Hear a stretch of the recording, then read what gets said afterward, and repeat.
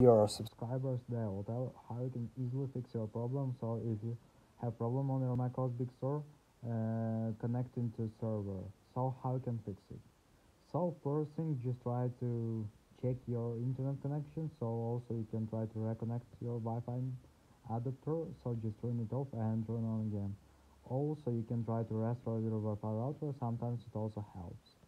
And if you still have this issue, so just go to Apple logo, just tap on restore and just submit restoring your computer.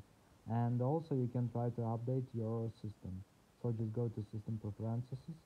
Now just tap software update, and now you just need to wait until it will check for updates, and if you see here available update, just download and install them on your iPhone, on your Mac.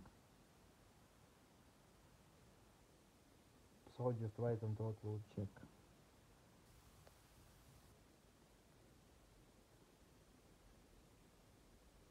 So now you just need to tap on update now, and it will successfully update your system. So thanks for watching, have a nice day, subscribe to my channel, click like, and goodbye.